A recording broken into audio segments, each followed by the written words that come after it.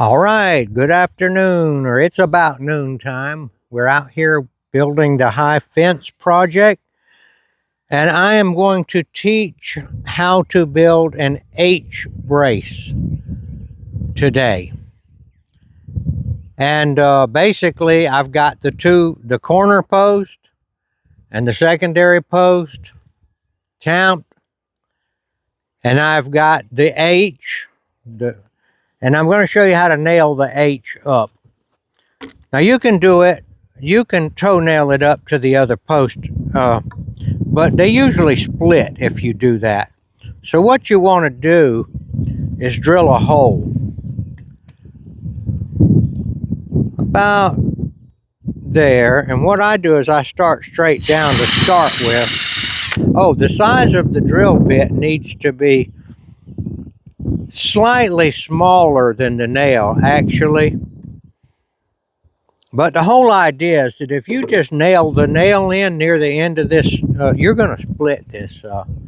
You're going to split this piece of wood. And yes, it will work. But what I'm trying to do today is practice patience, which is one of my virtues that I lack, is patience. And I think the older you get, the less patient you tend to be in many cases, because you think, well, I don't have time to get everything I've got done.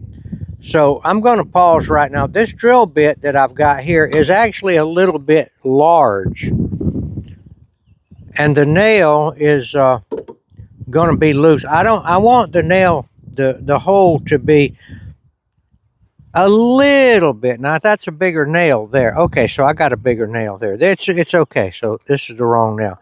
There we go. This is a better nail. It's longer and it's bigger. Now, like I said, start straight down and don't go very far. That's just to get a. Now try to angle it so that it'll come out.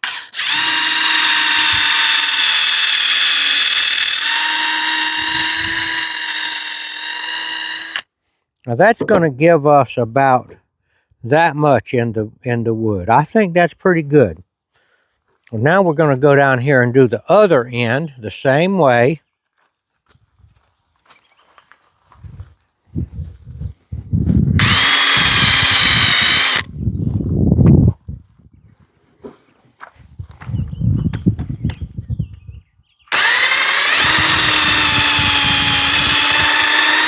Now, when we drive that nail in, it's not going to split.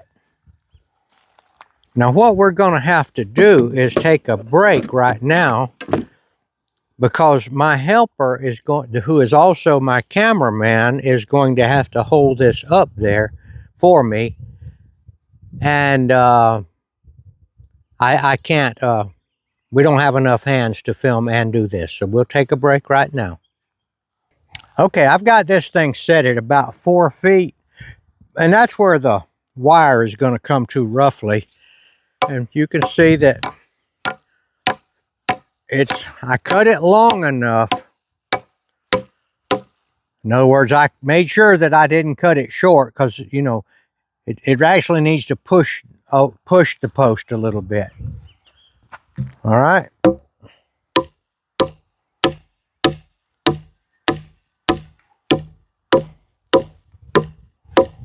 Okay, we got one more thing we need to do a good job, a patient job.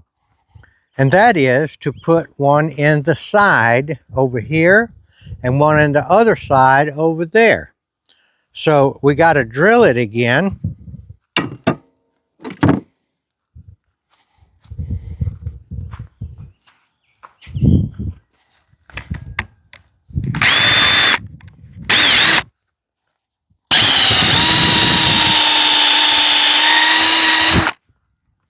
One in that side. It takes a little bit of practice to get this little toenail right, but if you don't drill the hole, you're going to end up splitting this, and it just isn't going to hold very well. Straight in, and then get your angle. Don't drill into the post now.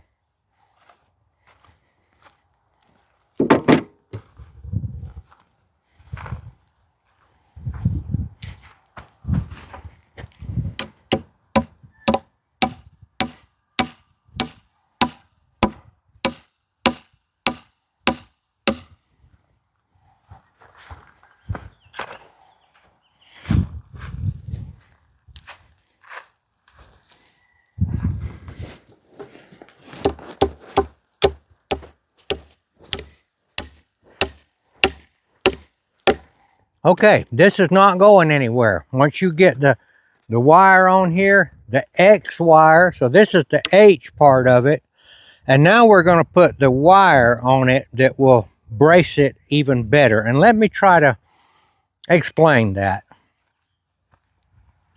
Okay.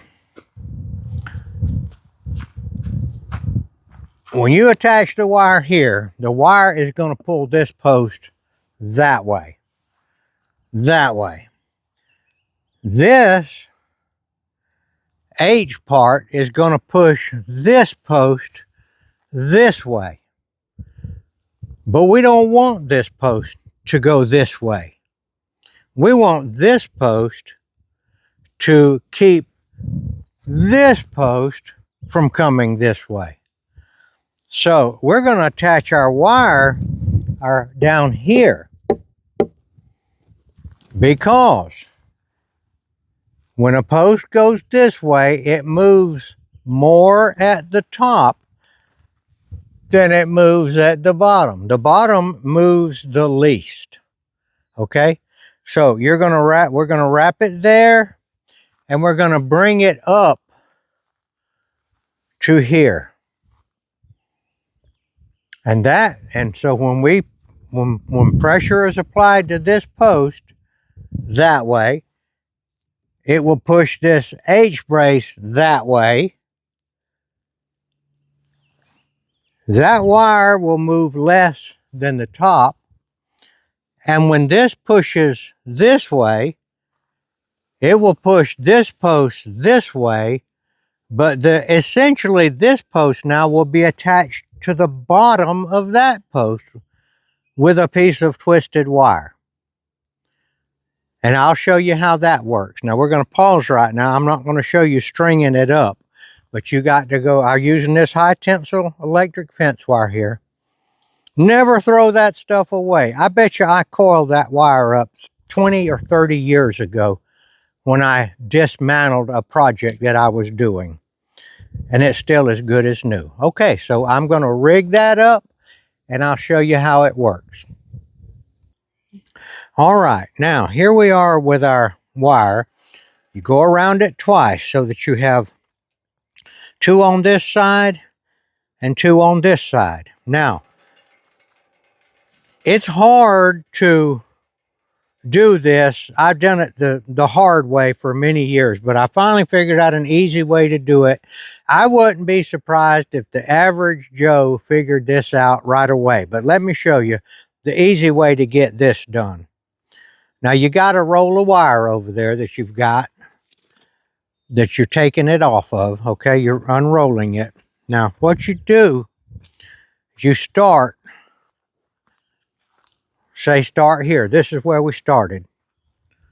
So we put a staple right here, and we stuck our end through there and left a tag a little bit, about that much. And then Debbie held it. Just takes 2 people. Or you could do it with 1, but it's easier. And then I just took the wire and unrolled it and went around as I was unrolling it, and then I went down to the bottom and I put a staple in down here, and I just put the wire under the staple, okay? Just under it, that's all. I didn't go through. I went under the staple, okay? Then I just kept going around. I brought it up to here, unrolling it,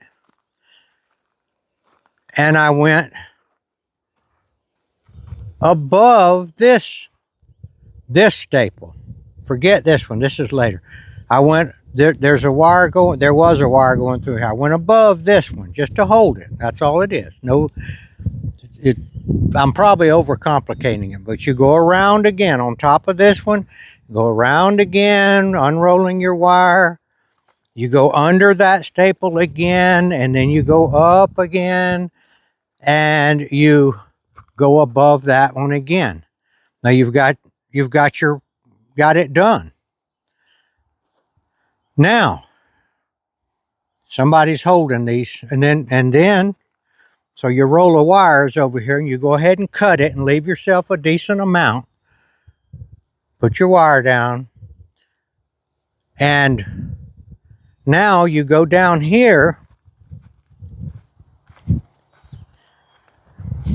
These two here that have gone under the staple, not this staple, there was another one. Then you go ahead and put a staple on top of them. So they're caught like that, but down here. All right.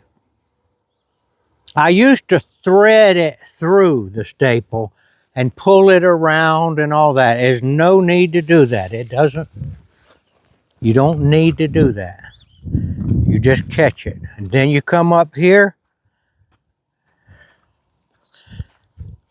and you've got your wire up here, and you come on around the one that it was on top of, and then you go ahead and take another one and pin it to the post. Well, you pull them.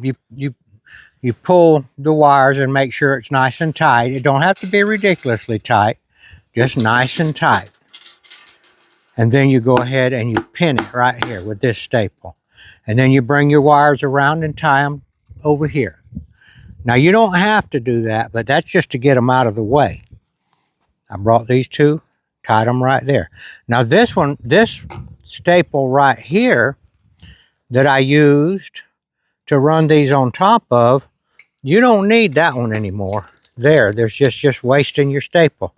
How do you pull a staple? You can stick your hammer through it and bend it all to hell, or you can just put another staple through it like this and pull your staple out. Staple goes in your pocket. Now, we're going to show you how to tighten this up. Now, there's a lot of tension on this when you tighten this up, and you have to figure out a way. While you're doing this, if you let go of the stick that you're tightening it with, it'll spring back on you and break both of your arms and probably your head and kill you. So you have to be very careful. And I'll show you how to do that. So we've got to get a stick that will be a treated piece of wood. Treated. And the reason for that is that through the years, if you don't use a treated wood, it's liable to rot and turn loose. Okay, let me get my treated wood and I'll show you how that works. Okay, now here's my stick. This is treated. It's plenty solid. Okay, basically you want it to stick up above this. This is what keeps it from unraveling. So you'll have to adjust. So I'm going to go. Now see, you can turn it like that to make it go through. You'll see what I'm talking about. See, I can lay it down. And I'm twisting it. Obviously, you go between the two wires. See, lay that down there and it'll go under. This one goes under. It's getting a little tightness on it now. And you can see now how strong it is. Look at that. What if that hit you in the arm?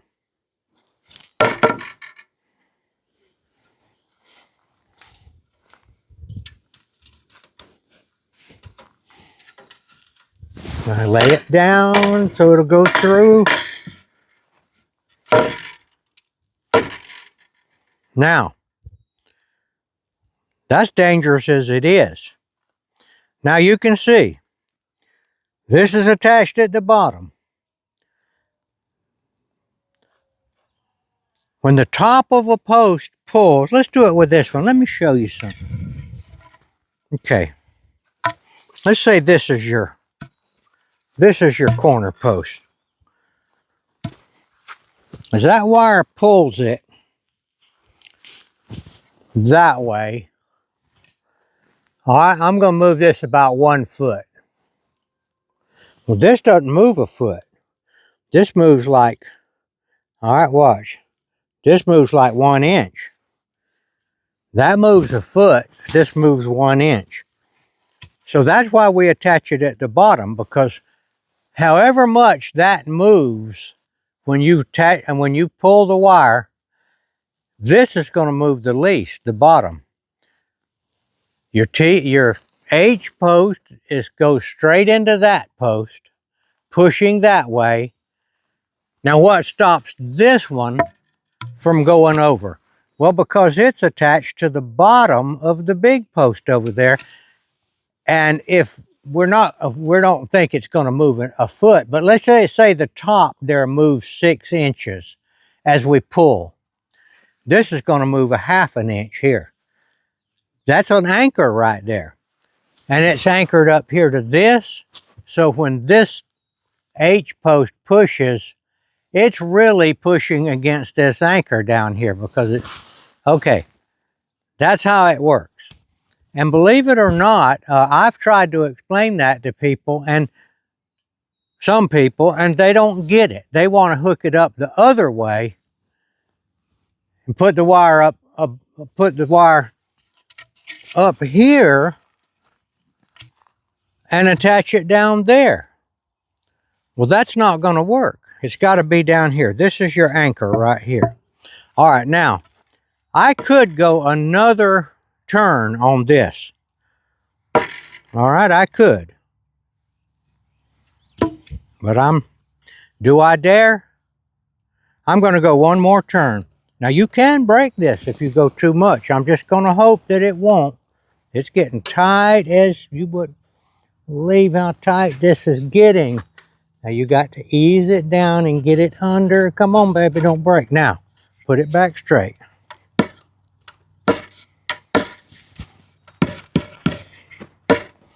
Now, I still don't trust it. And I'll show you what I'm going to do now. Get back to you in a sec.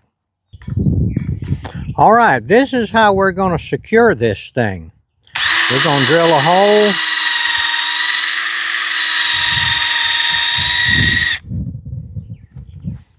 I better hold it.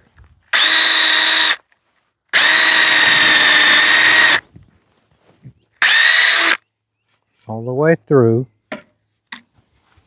And we are going to now put a nail